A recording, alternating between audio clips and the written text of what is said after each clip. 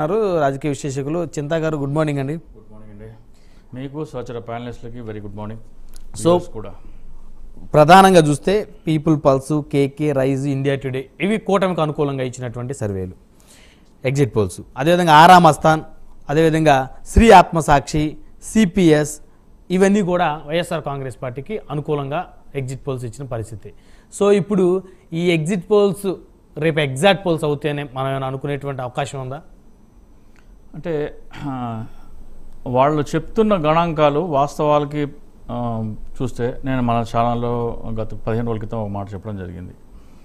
110 rural నియోజకవర్గాల్లో polling percentage 85+ ఉంది. 65 semi urban, urban చోట 72% మాత్రమే ఉంది. సో ఎక్కడైతే వైసీపీ బలంగా ఉందో అక్కడ ఓటింగ్ పర్సంటేజ్ ఎక్కువగా ఉంది అనేది, కాబట్టి వైసీపీకి ఫేవరబుల్గా ఫలితాలు వచ్చేటట్టు అవకాశం ఉందని మనం 15 రోజుల క్రితమే మన ఛానల్లో నేను చెప్పడం జరిగింది. సో నేను ఆరామ్ అస్థాన్ కూడా దాదాపు అదే, ఎక్కడెక్కడైతే మహిళల ఓటింగ్ ఉందో వైసీపీ స్ట్రాంగ్గా ఉన్న చోట మహిళా ఓటింగ్ ఎక్కువ ఉందని చెప్పారు ఆయన. ఓకే. సో నేను ఆ మాటకి కట్టుబడి ఉంటాను. గతంలో మన ఛానల్లో కూడా చెప్పాను, 110 to 125, 130 దాకా. 110 to నిన్న కూడా ఆశ్చర్యపోయారుగా, నేను చెప్పానుగా, మళ్ళీ ఆశ్చర్యపోతారేంటి? 135 అనేది సర్వేలో ఎక్కడ కనిపించలేదు. ఇప్పుడు మీరు ఏదైతే బిలీవ్ చేస్తున్న ఆరామ్ అస్థాన్ కూడా 94 to 104 లోపే అన్నారు, మీరు 135. ఆరామ్ అస్థాన్ గారు ఇంకో మాట అన్నారు, 94 to 104కి తగ్గదు, పెరిగితే పెరుగుతుంది. అలాగే కూటమి కూడా ఆయన ఇచ్చిన 71, 81 కంటే పెరగదు, తగ్గడమే ఉంటుంది అని చెప్పి ఆయన ఆ మాట కూడా చెప్పారు. నేను కూటమికి మ్యాక్సిమం ఇచ్చాను, వైసీపీకి మినిమం ఇచ్చానని చెప్పాను ఆయన. ఓకే, ఇది చాలా కీ పాయింట్. అంటే పెరిగితే వైసీపీ పెరుగుతాయి, టీడీపీ పెరిగే అవకాశం లేదు. ఇందాక మీరు ఇంట్రొడక్షన్లో కూడా అదే చెప్పారు, పోయినసారి 14 సీట్లు తేడాతో చెప్పారు, అది యాడ్ చేసుకుంటే అధికారంలోకి వస్తుందని. కాకపోతే ఆయన డిస్క్లైమర్ ఇచ్చారు, కూటమి ఇంతకంటే దాటే పరిస్థితి లేదు, వైసీపీ ఇంతకంటే తగ్గే పరిస్థితి లేదు. సో మనం బలంగా నమ్ముతున్నారు, నా అంచనాలకు దగ్గరగా ఉంది కాబట్టి. సో మరి కేకే సర్వే సంస్థ ఎందుకు నమ్మట్లేదు? కేకే సర్వే సంస్థ వైసీపీకి 14 సీట్లు, అంటే 2014 కంటే కూడా తక్కువ సీట్లు ఇచ్చింది. సో గంజాయి కొట్టిన వాళ్ళు మాత్రమే అటువంటి సర్వే ఇవ్వగలరు. జనసేనకి వైసీపీ కంటే ఎక్కువ సీట్లు ఇచ్చింది. సో 175 స్థానాల్లో పోటీ చేసే వైసీపీకి 21 స్థానాల్లో పోటీ చేసే జనసేన కంటే ఎక్కువ సీట్లు వస్తాయని చెప్తే, అది కనీసం మందు కొట్టినా కానీ ఆ ఫలితాలు రాయరు ఎవరు, గంజాయి కొడితే తప్ప. సో అంటే మీకు అనుకూలంగా రాసినవి బాగా రాసి లేదు. 170 నియోజకవర్గాల్లో పోటీ చేసిన వైసీపీ 2014లో 67 స్థానాలు వచ్చి 2019లో 151 స్థానాలు వచ్చిన పార్టీ ఈసారి 14 స్థానాలకే పరిమితం అవుతుందంటే ఆ సర్వే యొక్క క్రెడిబిలిటీ ఆ మాత్రం మీరు విశ్లేషించలేకపోతే విశ్లేషకు అవసరం తీసేయచ్చు. సరే people pulse, rise, India today అవి కూడా అనుకూలంగా ఇచ్చాయి కదా. ఇండియా టుడే సీ ఓటర్ రిపోర్ట్కి వచ్చినప్పటికల్లా 18 నుంచి 20 లోక్సభ స్థానాలు కూటమికి వస్తాయని, మళ్ళీ అసెంబ్లీలో వైసీపీ అధికారంలోకి వస్తున్నది. ఇంత క్రాస్ ఓటింగ్ ఆంధ్రప్రదేశ్లో జరగదు, ఎస్పెషల్లీ ఆంధ్రప్రదేశ్లో జరగదు. ఇతర రాష్ట్రాల్లో మా కేంద్రంలో బీజేపీ కావాలి, రాష్ట్రంలో ప్రాంతీయ పార్టీ కావాలనే ఉండొచ్చు, కానీ ఆంధ్రప్రదేశ్లో బీజేపీ పట్ల తీవ్రమైన వ్యతిరేకత ఉంది. 2 జాతీయ పార్టీల పట్ల వ్యతిరేకత కాదు, ఏహ్యభావం ఉంది. సో ఆ స్థాయిలో క్రాస్ ఓటింగ్ జరిగే అవకాశం లేదు. మాకు కేంద్రం ఎంపీలందరూ మాకు కూటమి తరఫు నుంచి కావాలి, ఎమ్మెల్యేలందరూ వైసీపీ తరఫు నుంచి, ఆ స్థాయిలో అది ట్రాష్ అది.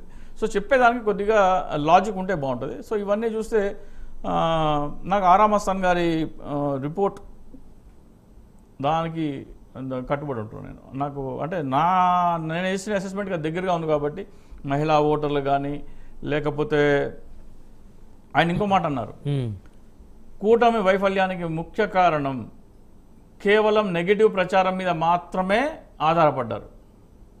వాళ్ళు వస్తే ఏం చేస్తారో చెప్పుకోవట్లా, వాళ్ళు ఎందుకు బెటర్ పార్టీయో చెప్పుకోవట్లా, వైసీపీ ఏది చేసినా కానీ అది తప్పు అని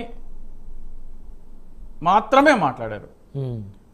అదొక కూటమికి సంబంధించిన ఛానల్లో చెప్పారు ఆయన. సో ఆ యాంకర్ ఏమన్నారు అంటే, ప్రజలు అంత లోతుగా ఆలోచిస్తారా అన్నారు. అంటే ప్రజలు అంత లోతుగా ఆలోచించరని ఈ ప్రచారాలు చేస్తారనమాట ఈ ఛానల్స్. అడిగారు లేదు, అంటే ప్రజలు అంత లోతుగా ఆలోచిస్తారా అంటే, ప్రజలు అంత తెలివి తక్కువ వాళ్ళ లేకపోతే అనుకుంటున్నారు. సో వాళ్ళ వన్నీ వార్చిన కథనాలకి వ్యతిరేకంగా ప్రజలు ఆలోచిస్తారని కూడా వాళ్ళు యాక్సెప్ట్ చేయలేకపోతున్నారు. సో దీన్ని బట్టి చూస్తే ఎల్లుండి దాదాపు ఇదే టైంకి మనం మొదలు పెడితే ఒక 2-3 గంటల్లో ఆరామస్థానానికి దానికంటే పైనే ఉంటుంది కానీ దానికంటే తక్కువ ఉంటుంది నేనైతే అనుకోవట్లేదు. పోస్టల్ బ్యాలెట్ అంశం మర్చిపోయారు మీరు. పోస్టల్ బ్యాలెట్ అంశం కూడా పోస్టల్ బ్యాలెట్ అంశము గెలుపు ఓటమిని ప్రభావితం చేసే సంఖ్య కంటే ఎక్కువగా ఉంటేనే దాన్ని మనం ప్రామాణికంగా తీసుకోవాలి. అంటే ఎక్కడైతే మీకు 2000 ఓట్ల కంటే తక్కువ మెజారిటీతో ఓడిపోతున్నారో దాంట్లో వచ్చేసినప్పటికల్లా మళ్ళీ డెఫినెట్గా దాని మీద ఇది ఉంటుంది. ఎక్కడైతే సీల్ లేదో, ఎక్కడైతే పరిగణలోకి తీసుకుంటున్నారు, అవి కోర్టుకు వెళ్తారు కదా డెఫినెట్గా. వాటి మీద మళ్ళీ కోర్టుకు వెళ్తారు. తీర్పు 5 సంవత్సరాలు 10 సంవత్సరాలు పడుతుంది. అది పట్టొచ్చు, పక్కన పెడితే ముందైతే సీల్ అన్నిటికంటే ముఖ్యమైన విషయం, రాబోయే ప్రభుత్వం ఏదైనా సరే ప్రజాస్వామ్యాన్ని పరిరక్షించుకోదలుచుకుంటే ఒక 5-6 వీడియోలు నేను చూశాను. ఎస్సీలని బీసీలని పోలింగ్ వేయనీయకుండా ఒక సామాజిక వర్గం పేరు చెప్పి వాళ్ళు అడ్డుకున్నారని చెప్పారు. పేరు కూడా చెప్తాను, కమ సామాజిక వర్గం అడ్డుకున్నారని చెప్తున్నారు.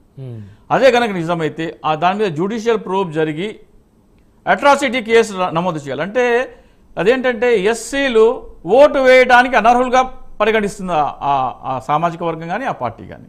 ఎక్కడో ఎవరో ఒకళ్ళు ఇద్దరు చేసిన దారుణమైన ఇదండి. నిజం ఎంత ఉందో అబద్ధం ఎంత ఉందో కూడా దాన్ని నిర్ణయించమంటది. ఎంక్వైరీ జరగాలి అంటున్నా నేను. ఎంక్వైరీ జరగాలి, నిగ్గు తెరచాలి. అక్కడ వేసిన ఏలి ముద్రలు ఓటర్లుగా కాదా కూడా పోల్చుకోవాలి. అక్కడ ఏలిముద్రలో సంతకాలు ఉంటాయి కదా లోపల వేసిన వాళ్ళకి ఆయా నియోజకవర్గాల్లో, అవి నీ ఓటర్లవా కాదా అన్నది కూడా జ్యుడిషియల్ ప్రోబ్ జరగాలి. ఇది డెమోక్రసీని అపహాస్యం చేసి ఏ పార్టీ చేసినా సరే డెమోక్రసీని అపహాస్యం చేసినట్టు లెక్క. సో మొత్తానికి వైసీపీ అధికారంలోకి వస్తుంది అనేటువంటి ఎగ్జిట్ పోల్స్ చూసి చింతా రాజశేఖర్ గారు అయితే చాలా ఆనందంగా ఉన్నట్టున్నారు. నేను ఎప్పటి నుంచో ఆనందంగా ఉన్నాను, ఎన్నికలు అయిన రోజు నుంచి. రైట్, మళ్ళీ వస్తాను.